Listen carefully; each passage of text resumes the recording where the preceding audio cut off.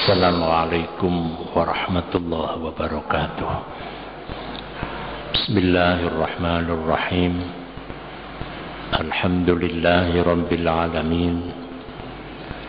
Wa bihi nasta'inu ala umuri dunya waddin. Wassalatu wassalamu ala asrafil anbiya wal mursalin, sayyidina wa syafi'ina wa qurrati a'yunina Muhammadin wa ala alihi wa sahbihi ajma'in. La hawla wa la quwwata illa billahil aliyyil azim. Amma ba'd.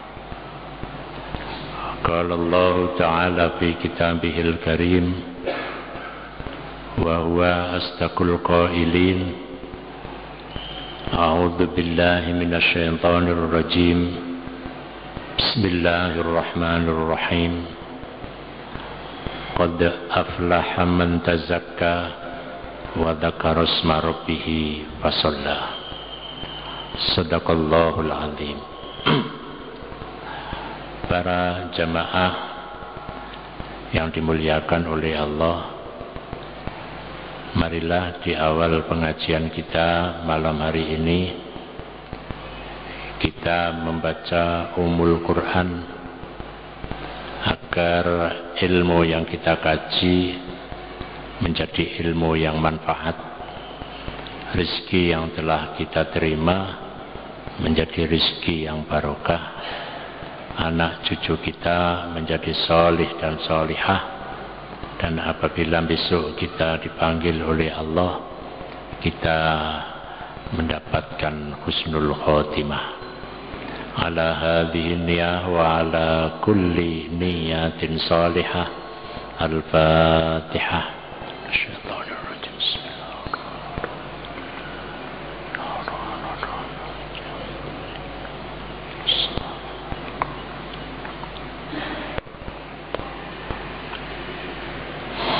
Para jamaah yang dimuliakan oleh Allah, di dalam kita menunaikan ibadah, maka kita harus memahami dua sisi syariat dan sisi hakikat. Sisi syariat adalah yang berkaitan dengan syarat dan rukunnya ibadah. Sedang sisi hakikat adalah kita harus memahami apa sih hakikat seorang di dalam melakukan ibadah. Para jamaah yang dimuliakan oleh Allah, kalau kita bisa mempertemukan dua hal ini, maka itu dinyatakan sebagai muslim yang benar. Karena Imam Al-Ghazali mengatakan, man tafaqqaha wa lam yatasawwab faqad tafassaqa, wa man yatasawwab wa lam yatafaqqah faqad tazandaqa, wa man jama'a bainahuma faqad tahaqqaqa. Al-Ghazali mengatakan, siapa yang bersyariat tanpa bertasawuf, maka dia termasuk orang yang fasik. Jadi hanya kalau dicontohkan orang sholat hanya sekedar menggugurkan kewajiban, maka orang yang demikian ini dalam pandangan Imam Al-Ghazali adalah fasik.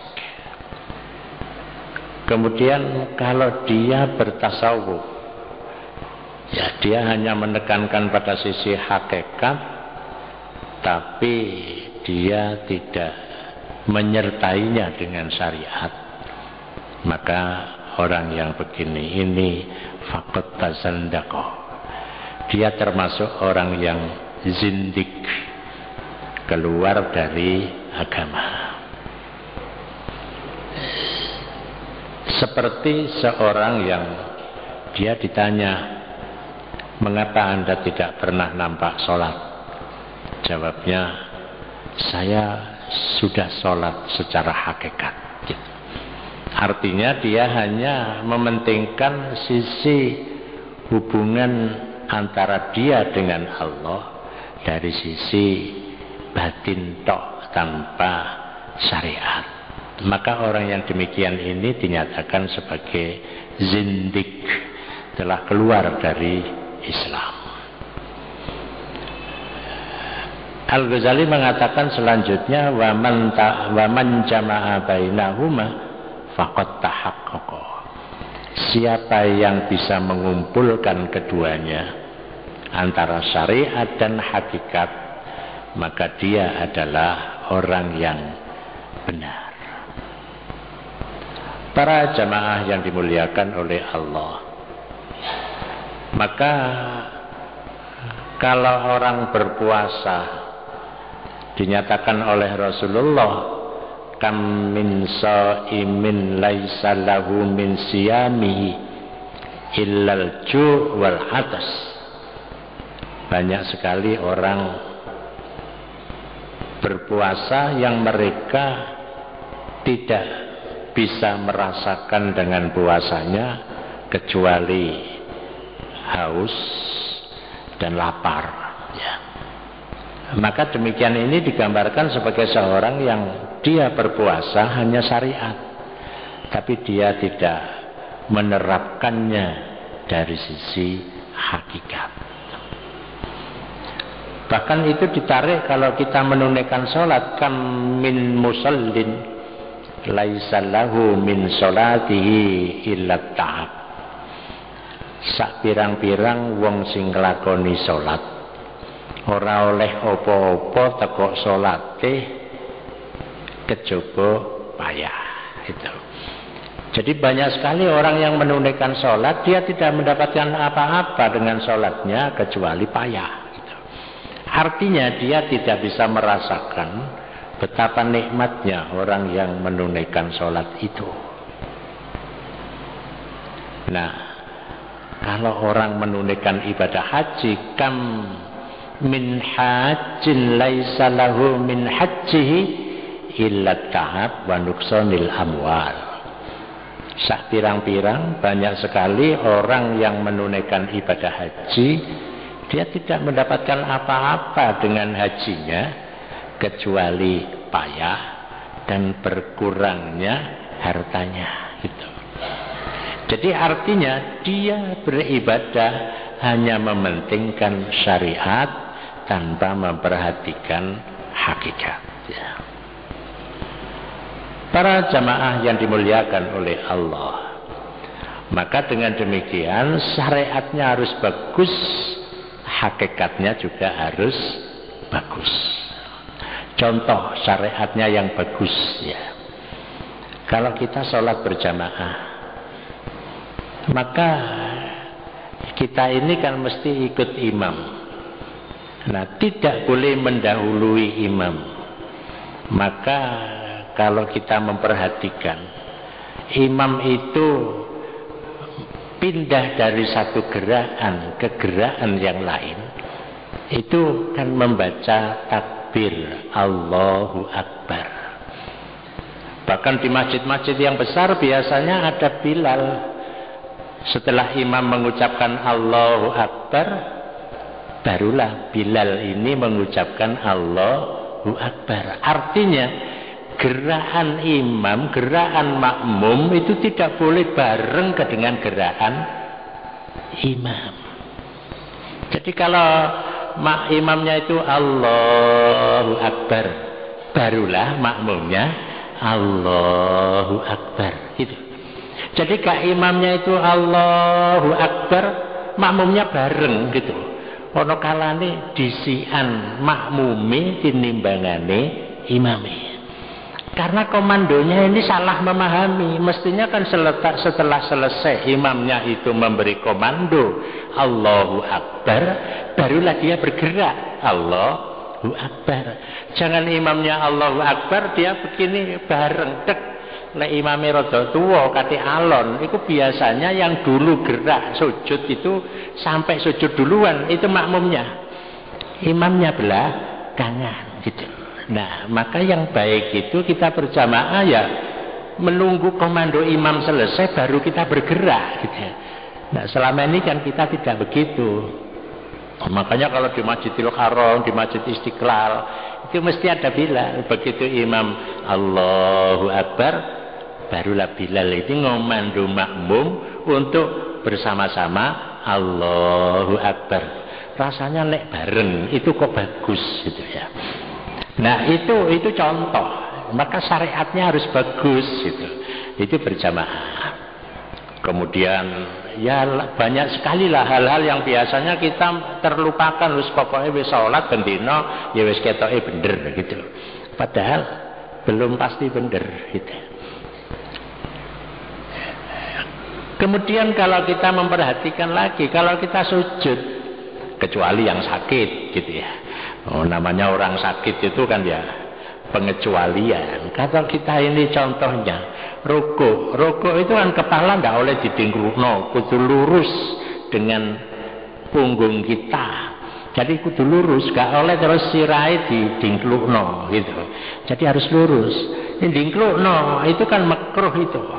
Ya. Makanya para ulama ahli tasawuf itu dalam masalah apapun dia mesti tarkul makruhat, meninggalkan hal-hal yang makruh gitu.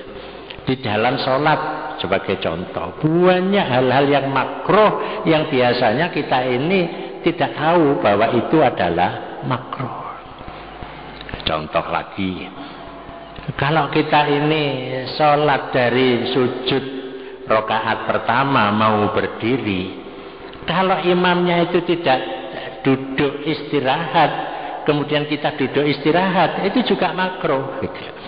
Jadi banyak sekali makruh-makruh itu. Makanya dalam pandangan ulama ahli tasawuf, dia tidak hanya tarkul makrumat, tarkus syubuhat, tarkul makruhat, bahkan tarku mala ba'sa khaufan ala mabihi ba'sun, meninggalkan yang haram, meninggalkan yang syubhat, meninggalkan yang makruh gitu, dan meninggalkan perkara yang kita anggap tidak apa-apa. Sebab apa? Khawatir nanti terjadi apa-apa. Contoh untuk bagian yang terakhir ini contohnya saja. Jadi kalau kita umpamanya jalan di satu tempat, jalan bukan jalan umum. Tadi arep nang masjid ngerabas-ngerabas, padahal ya ora tau liwat kono. Itu yang baik, kita ya lewat jalan yang dipakai oleh umum, jangan kita lewat di situ. Sebab apa ya dikhawatirkan? Kalau kebetulan kita lewat jalan itu, yang apalagi kiri kanan itu ada jendela rumah gitu ya. Seandainya ada kehilangan pas kita itu lewat di situ, itu kan kekhawatiran kita, ini yang dituduh gitu. Maka ini hal-hal yang kelihatannya sepele tapi itu mengganggu gitu. Itu dalam pandangan ulama ahli tasawuf. Maka yang baik yang lewat jalan yang memang biasa kita lewati secara umum gitu.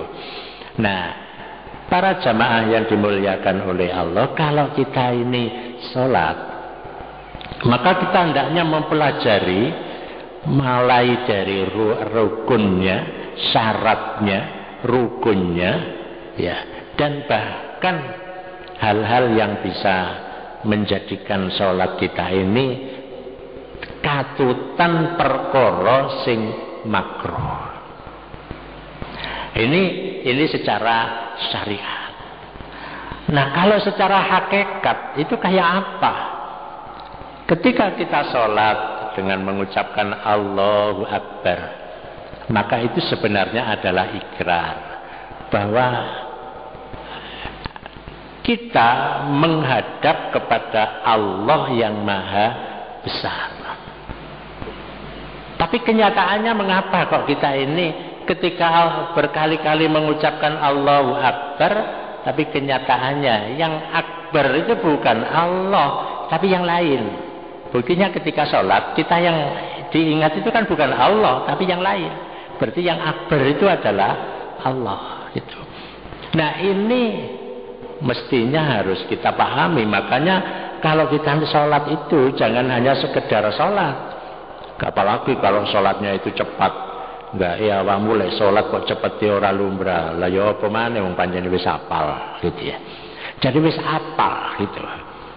Atau ada yang jawabannya agak bergaya seorang sufi. Awakmu lek salat kok cepet men. Aku iki nek salat iku kan madhep nang Gusti Allah. Aku lek wis ketemu Gusti Allah ku wedi temenan. Dadi lek suwe-suwe aku iku tambah wedi. Makanya tak cepetno gitu. Jadi tak cepetno. Ini bahasa sing rada sufi gitu. Krana napa ini akhafu ya.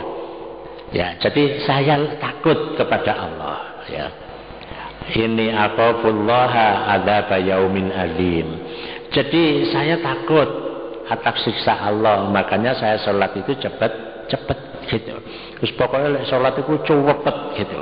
Umpama jadi imam gak kena dinut karo makmumi gitu.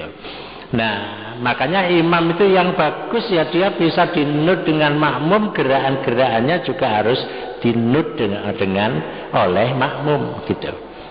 Nah para jamaah yang dimuliakan oleh Allah, maka bagaimana sih hakikat sholat itu? Dan apa hakikat kita menunaikan ibadah? Kalau kita coba renungkan secara sederhana, bahwa hakikat ibadah itu adalah bertemunya hamba dengan Allah. Jadi bertemunya hamba dengan Allah. Maka ibadah apapun itu harus ada ekspresi bahwa kita itu beribadah gitu. Bertemu dengan Allah. Ekspresi seorang yang bertemu itu kan harus serius gitu. Nek basa Jawane itu kudu manteng tur medenteng gitu. Jadi manteng tur medenteng. Jangan kita kemudian ekspresi sholat itu seperti tidak sholat. Ya ekspresi kita sholat itu jangan seperti kita ini di luar sholat. Orang haji juga ekspresinya ekspresi orang yang menunaikan ibadah haji. Nek tawaf ya sing bener, wong tawaf kok ngubengi Ka'bah karo kancane ora ndonga, atine ora dimantengno, tapi omong-omongan ae mbek keliling ngubengi Ka'bah. Apa maneh nek tepak sa'i. Gitu ya. Jadi tempat sa'i melaku ada omong-omongan gitu. Padahal itu adalah ritual, itu adalah ibadah. Yang semestinya kita harus ekspresi kita itu ekspresi ibadah. Walaupun kita tidak membaca, kita berjalan, pikiran, hati dan emosi itu harus hadir. Ya, harus hadir. Jadi ekspresi orang wukuf juga ekspresi orang wukuf gitu. Jadi tidak kemudian kita bicara pada waktu wukuf dengan teman kita, kecuali kalau sudah selesai. Kemudian kita melontar jumroh juga begitu. Ekspresinya memang kita melontar jumroh, itu hakikatnya kan kita ini menunjukkan, mengekspresikan bahwa kita ini benci kepada setan. Ya, makanya kalau kita melontar jumroh itu jangan hanya berpikir sahe mlebune krikil nanggone sumure, mboten begitu. Tapi bagaimana ekspresi kita? Bukan kemudian melontar rajman lisyayatin, ya, ditampani karo setan gitu. Mulai dikancani maneh karo setan. Mestinya tidak begitu. Ketika dia melontar itu walaupun dengan kerikil batu yang kecil, itu harus disertai dengan ekspresi kebencian, tapi keringetan deruotos itu mungsuhi setan. Jadi benar-benar ekspresi benci kepada setan. Lalu kita itu ekspresinya benci, setan itu akan takut kepada kita. Ya, makanya mengapa setan itu selalu nempel kepada kita? Ya karena ekspresi kebencian kepada setan itu tidak ada, gitu. Tidak muncul. Yang penting sah, ya wis. Nah disitulah kalau bicara sah itu bicara syariat. Kalau bicara tasawuf itu bukan hanya sekedar sah, tapi juga ada ekspresi dikala kita menunaikan ibadah itu. Nah inilah yang paling utama. Sehingga dengan begitu ibadah itu akan berdimensi kemasyarakatan. Walaupun kelihatannya sholat hubungan karo Gusti Allah, tapi pada hakikatnya itu ada pengaruh di tengah-tengah masyarakat. Makanya pertanyaannya, kan kalau ada orang di kampung-kampung itu bilang, wong ku lek sholat sregepe ora lumrah, jamaah sregep, tapi lek ngrasani tanggane ya pancet. Nah itu contoh gitu loh. Yang lain ya sama saja gitu. Jadi orang menilai sinis dengan orang yang selalu berjamaah, tapi tidak ada berdimensi kemasyarakatan yang menggambarkan dia sebagai orang yang baik. Bukankah sholat itu inna sholata tanha anil fahsya'i wal munkar? Sholat itu kan mencegah dari perbuatan keji dan mungkar. Bukan pada waktu sholat itu, sholat ya mesti saja itu tanha anil fahsya'i wal munkar, bukan begitu. Tapi sholat itu buahnya ya adalah ketika dia di masyarakat, dia terjauhkan dari perbuatan-perbuatan keji dan mungkar. Jadi ngukurnya begini, kalau orang itu sholatnya bagus, kalau kita ingin tahu orang itu sholatnya bagus, kita lihat perilakunya di luar. Gitu. Kalau perilaku di luarnya itu bagus, itu pancene sholatnya bagus. Gitu. Tapi kalau perilaku di luarnya itu kok ya ora bagus, gitu. Ya, lah ini jadi masalah. Gitu. Berarti sholatnya ya ora bagus. Gitu. Ini cara kita menilai. Gitu. Cara menilai, adakah sholat kita itu bagus? Ya bagaimana perilaku kita di luar kita itu kayak apa? Ketika di masyarakat kita bagus dan berusaha untuk menjadi orang yang bagus, maka dengan demikian, maka ukurannya ada buah dari ibadah kita itu berdimensi kemasyarakatan. Makanya jadi sesuatu yang agak tidak enak di hati itu. Kalau orang yang dihadapkan di meja hijau, ya, yo Pak Kaji, ini kan nggak enak, gitu loh, nggak enak. Gitu. Berarti kaji ini biar ini ora bener, gitu. Ibadahnya ora bener lah. Itu apa sing bola balik di sidang perkara senturi, wah sing kaji kabeh itu, ya. Lah ini kan menjadi persoalan, gitu. Kalau begitu, yang dipertanyakan, adakah sholat seseorang itu, ibadah seseorang itu berdimensi kemasyarakatan? Itu pertanyaannya. Nah kalau begitu, berarti sholat itu di satu tempat, masyarakat itu di tempat yang lain, jadi pisah. Nah kalau begitu, jadilah kita ini sekuler, gitu. Lek urusan ibadah di masjid, lek lunga kaji, yo nang Mekah kono. Lek soal nyambut gawe, ya tetep nyambut gawe. Ibadah haji kau perlu hubungan karo nyambut gawe. Sholat tidak perlu ada hubungan dengan kerja. Pasar ya pasar, sholat ya sholat, ya sregep. Ya. Sholati jamaah ya sregep. Tapi ketika di pasar, ya pasar ini bukan hanya pasar besar, mulai dari pasar tradisional sampai pasar modern, gitu loh. Jadi pasar tradisional itu pasar keremping, pasar modern ya pasar nggone ya World Trade Center yang di Washington itu pasar modern, gitu. Di Malang niki ya ono toko-toko gede-gede, mall-mall itu kan pasar modern, gitu. Itu ya pasar, gitu. Cuma mulai dari keremping sampai pasar sing modern. Namanya orang bergerak dalam bidang ekonomi itu tidak boleh kemudian memisahkan antara ibadah dengan muamalah. Tapi ada yang berpikir soal sembahyang, soal lunga kaji, soal beling, itu ya soal beling di pasar, ya pancet, gitu. Jadi kalau begitu tidak ada artinya, gitu. Tidak ada artinya. Jadi ada sebagian ulama yang mengatakan bahwa itu tidak boleh dipisah. Bahwa sholat, ibadah haji, puasa dengan kehidupan bermasyarakat itu gandeng. Tidak bisa kemudian dipisah. Jadi kalau dia ahli ibadah, kalau di masyarakat yang menampakkan kesantunan pada orang lain, Jadi terus begitu. Jadi tidak boleh kemudian dia menjadi sekuler gitu. Urusan agama itu di masjid, urusan negara agama gak usah melok gitu. Ini sekuler gitu. Jadi sekuler. Mungkin kita ini masih berpikir sekuler. Di dalam Islam tidak.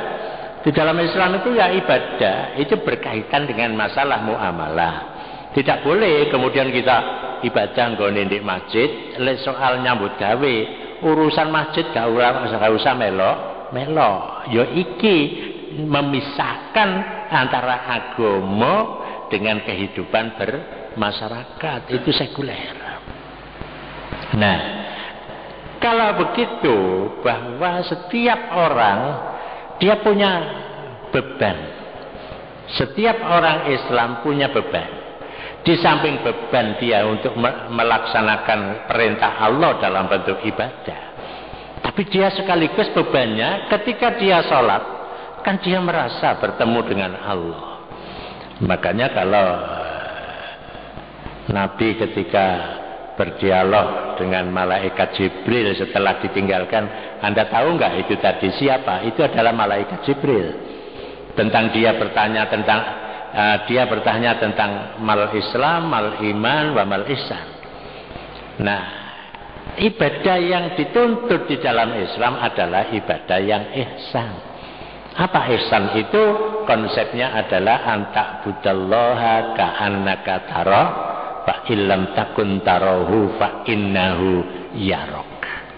Hendaknya ketika engkau beribadah ka'annaka tara, koyok-koyok sliramu iku mirsani Gusti Allah.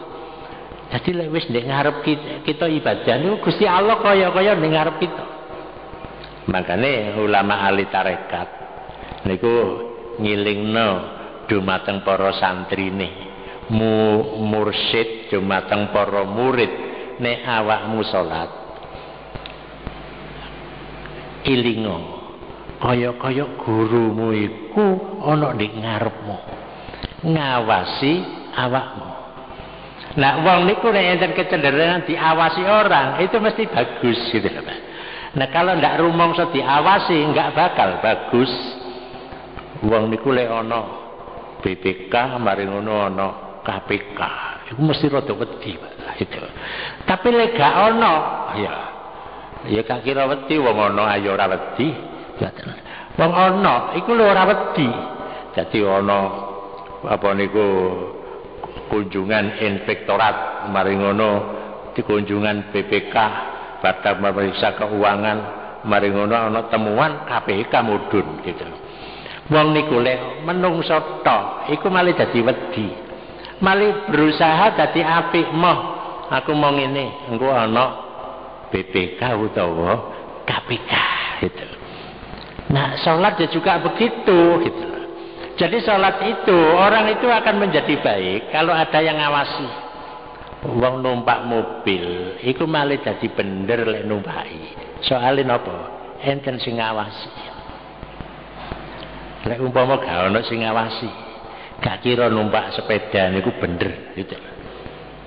Lah, akhirnya ya napa pengawas niku? Tidak semua polisi ini ya ora bakal ngawasi kabeh sapa.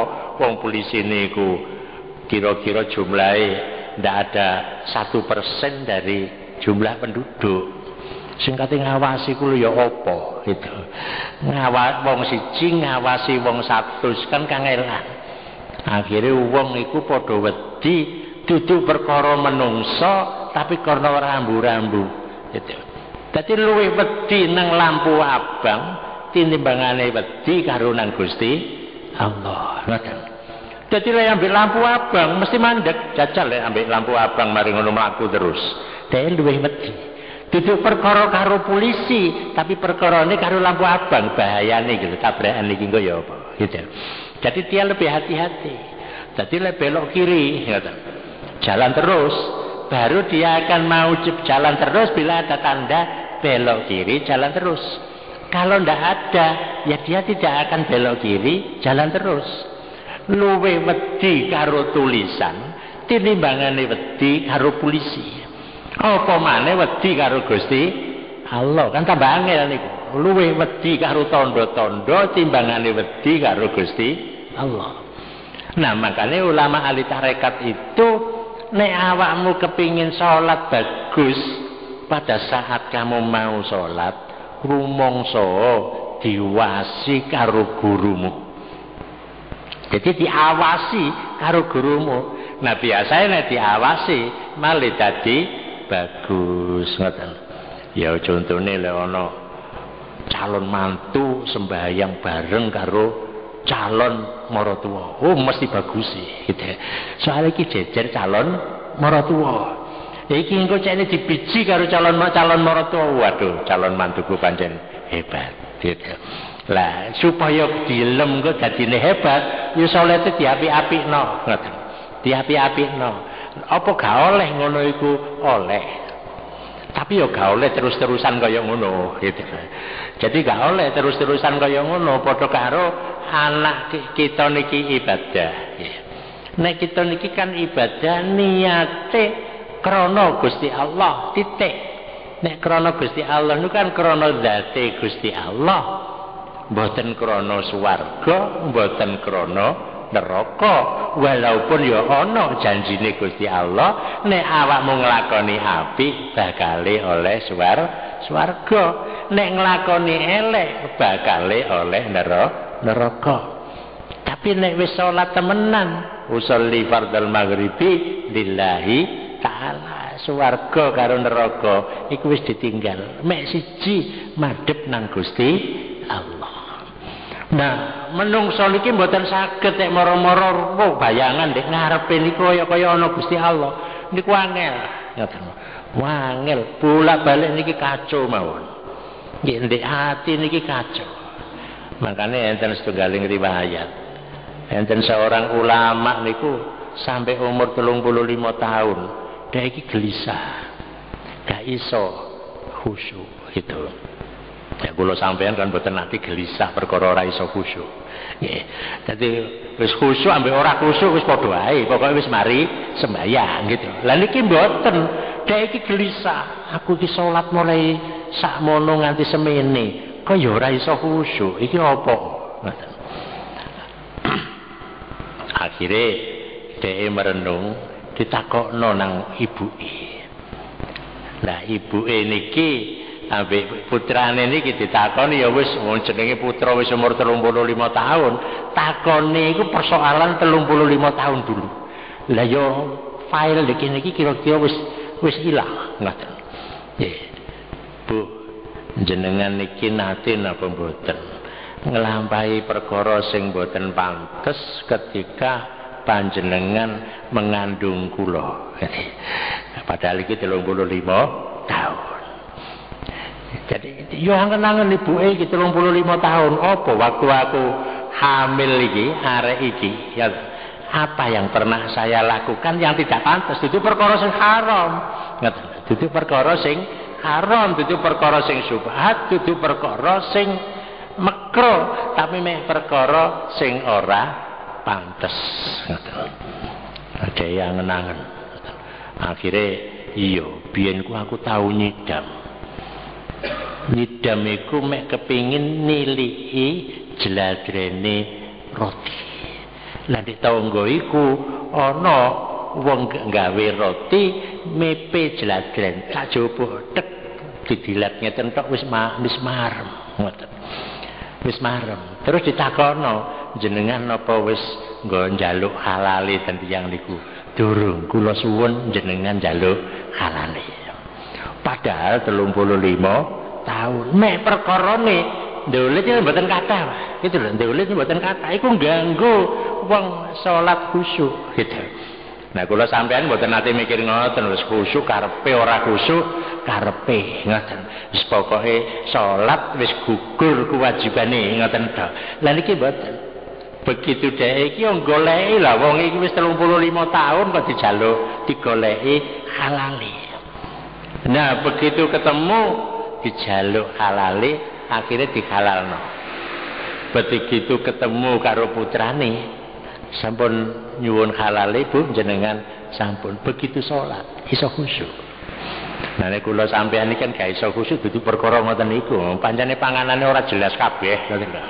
Jadi panganane iku ora jelas, gelem sembahyang wis ketang-ketang ngoten lho. Dadi lek ngono salate salat ketang ngoten. Ya wis alhamdulillah timbangane ora salat kan ngoten. Makom kita niki makom ketang-ketang ngoten wis alhamdulillah wis gelem jamaah kok ate mikir khusyuk bareng angel ngoten. Soale napa wong kula jenengan iki nek mosok tahu takon iki halal apa ora. Mesti kita niki nek takon iki enak apa ora. Ngoten. Mboten nate kita niki iki halal apa ora. Kate tangan niki diriji mboten saged mendeteksi iki halal apa ora niku mboten nate. Lah lek wong sing ampuh diutik tok iki lho ero iki halal. Lah kula jenengan niku gak tahu iso ngoten niku.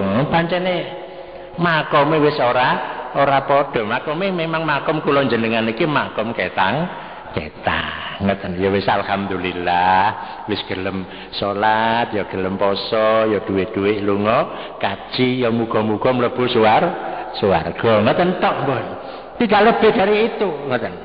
Lah niki sing perlu dikoreksi maneh. Makanya ulama ahli tasawuf dia tidak puas dengan salat seperti itu. Tidak puas. Dia ingin sholat itu yang menjadikan dirinya itu menjadi bahagia betul. Bukan hanya bahagia yang semu, bukan. Betul-betul bahagia yang hakiki. Napa bahagia yang hakiki niku? Nggih menika bahagia sing ketika kita bertemu karo Gusti Allah, iku ngalahno ketemu karo liyane. Jadi ngalahno ketemu karo liyane. Jadi ketika dia bertemu dengan Allah, itu kesempatan untuk bertemu. Dia bisa menyampaikan apa yang diinginkan kepada Allah. Jadi ketemu karo Gusti Allah niku luwih larang tinimbangane ketemu karo liyane. Nah, kula sampeyan iki kan mboten, lek ketemu wali kota iku luwih larang timbangane ketemu karo Gusti Allah. Nek ahli tasawuf mboten ketemu karo Gusti Allah iku luwih istimewa tinimbangane ketemu karo liyane. Makane Syekh Abdul Qadir Al-Jilani niku kan wonten kitab Imam Al-Ghazali. Kitab Nasihatul Muluk. Niki nek jenengan maca kitab Nasihatul Muluk wis pokoke awake gak ono benderi pisan. Gak ono benderi.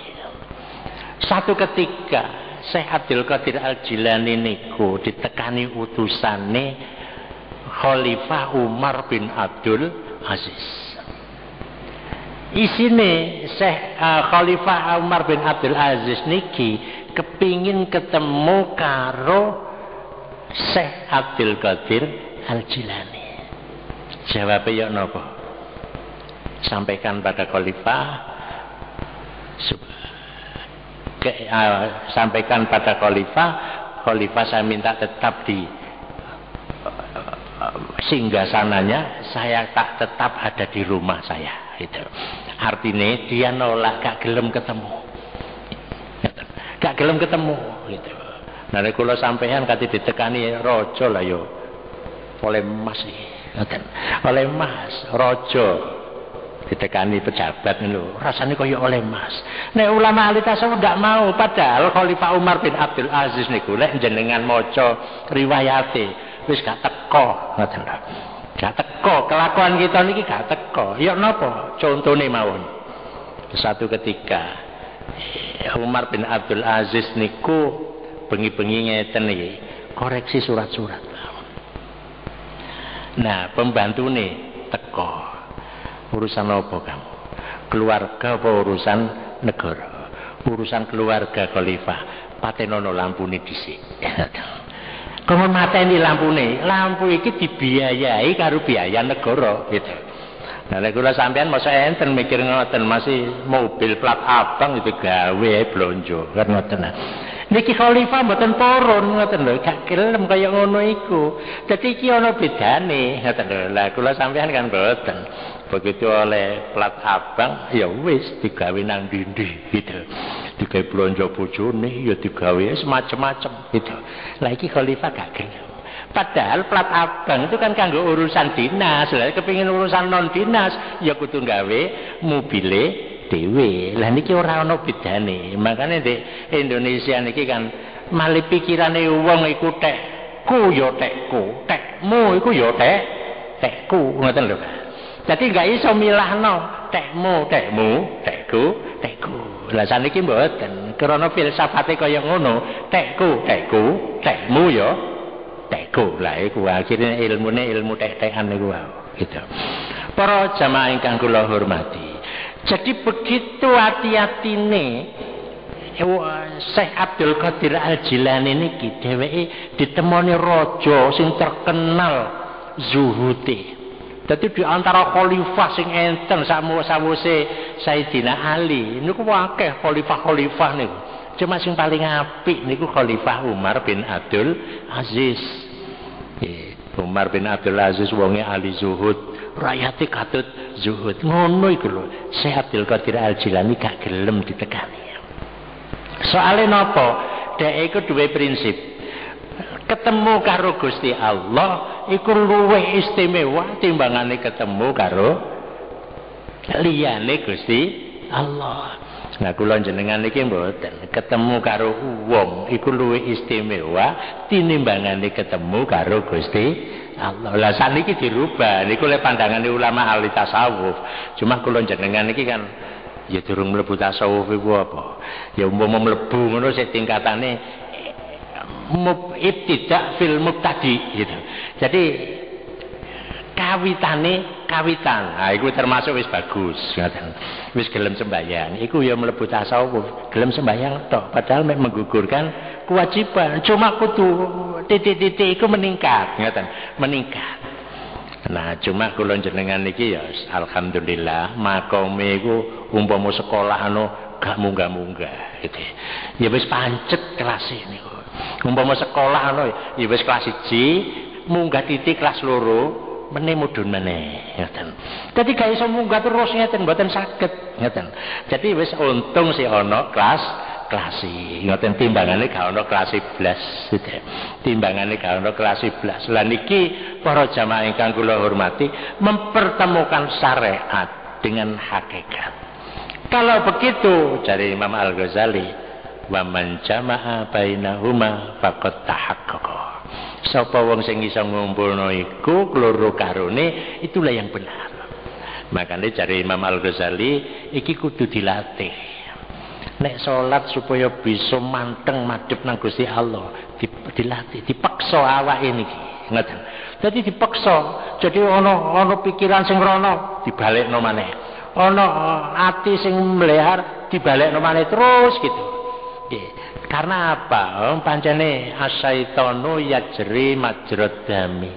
Setan iku mlaku ana nggon mlakune getihe menungso. Dadi nek getihe menungso iki setan niku mlaku.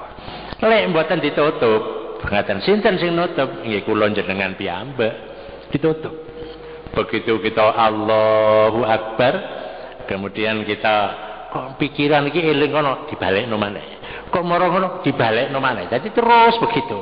Engko suwe-suwe malih pikiran iki bisa konsentrasi. Nah, nek kita niki bisa konsentrasi, maka itu adalah nikmat yang luar biasa.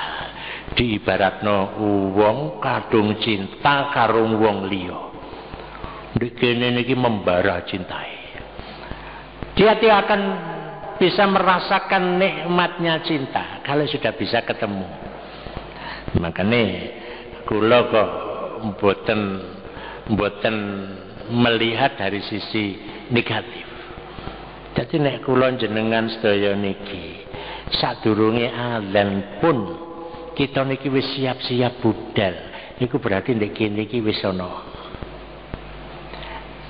Napa? Jadi sudah ada lek umpamane wong cintano nek kene iki wis ana demen gitu. Jadi sudah ada. Jadi tidak ada orang itu kalau dia itu sudah mau azan kemudian dia sudah berangkat lebih dulu, berarti nek kene iki wis ana rasa cinta temenan. Durung diundang iki lho wis teko. Lah iki wis diundang kok ya ora teko. Siji. Dadi lek wis kita niki durung diundang kok gelem teko, iku ndek kene iki atine bek cinta marang Gusti Allah. Kula yakin niku enten ngoten niku. Nah, berarti kalau sudah begitu, maka kita niki salatnya pun juga akan mencerminkan terus omong-omongan karo Gusti Allah, omong-omongan karo Gusti Allah. Maka disitulah dia akan merasakan nikmatnya ketemu kaya ana arek Joko duwe pacar nek wis ketemu, masya Allah, linak lijo linggo lico, lali anak, lali tonggo, lali konco kabeh wis masih ana ansip gak direken. Soalnya napa? Wis kadung ana rasa cinta. Cuma cinta yang dikono itu cinta nafsu. Nah kalau kita ini kan tidak. Cinta yang tumbuh dari hati yang paling dalam, iso omong-omongan karo Gusti Allah, maka dari situlah kenikmatan akan bisa kita rasakan. Makanya kula yakin setiap orang Islam yang dia itu sebelum azan pun, atau begitu dia tidur kemudian krungu azan mencolot ndang budal, itu berarti rasa cintane nang Gusti Allah itu sudah sangat dalam. Sing cintane rada kurang wis diceluk gak budal iki kesusuhe azan sik durung wayahe ngene nyambut gawe durung mari dadakno azan, malah sing diseneni sing azan. Lah ngene iki berarti cintane nang Gusti Allah wis entek ya ana tapi mek titik ya kan. Makane niki monggo kita jaga setiap waktu kita niki jaga, nek kita niki gelem salat berjamaah niku mesti salat kita niki apik, krana nek ana sing khusyuk salah siji salat kita niki dianggap salat sing khusyuk, ngoten. Tapi lek salat ijen ora iso, lek gak khusyuk ya wis lek jarene ulama ahli tasawuf gak ditampa, ngoten, gak ditampa salate. Tapi lek salat berjamaah niki ditampa. Soale napa? Ana siji ae sing khusyuk, maka dijamin kabeh iku malih dadi khusyuk. Para jamaah ingkang kula hormati, kula kinten niku ingkang saged kula aturaken, mugi-mugi niki saged ngregahaken ati kula lan panjenengan sedaya untuk terus lebih cinta dumateng Gusti Allah. Amin ya rabbal alamin. Al-Fatihah.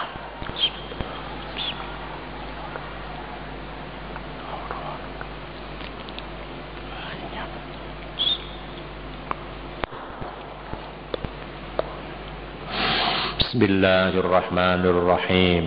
Alhamdulillahi rabbil alamin. Allahumma salli wa sallim wa barik ala sayyidina Muhammadin wa ala alihi wa sahbihi ajma'in. Allahumma ighfir lana dhunubana wa kaffir 'anna sayyi'atina wa tawaffana ma'al abrar. Allahumma alif baina qulubina wa aslih dhata bainina wa hdina subulas salam bi rahmatika ya arhamar rahimin. Allahumma arzuqna fahman nabiyyin wa khidal mursalin wa ilhamal malaikatil muqarrabin bi rahmatika ya arhamar rahimin.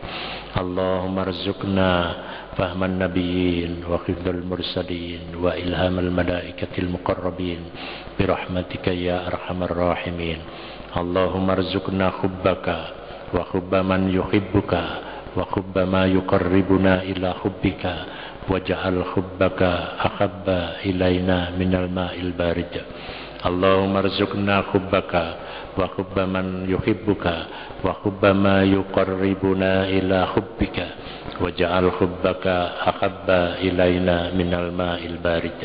Allahumma rabbana atina fid dunya hasanah wa fil akhirati hasanah wa qina adzaban nar wa adkhilna al jannata ma'al abrar ya aziz ya ghaffar ya rabbal alamin.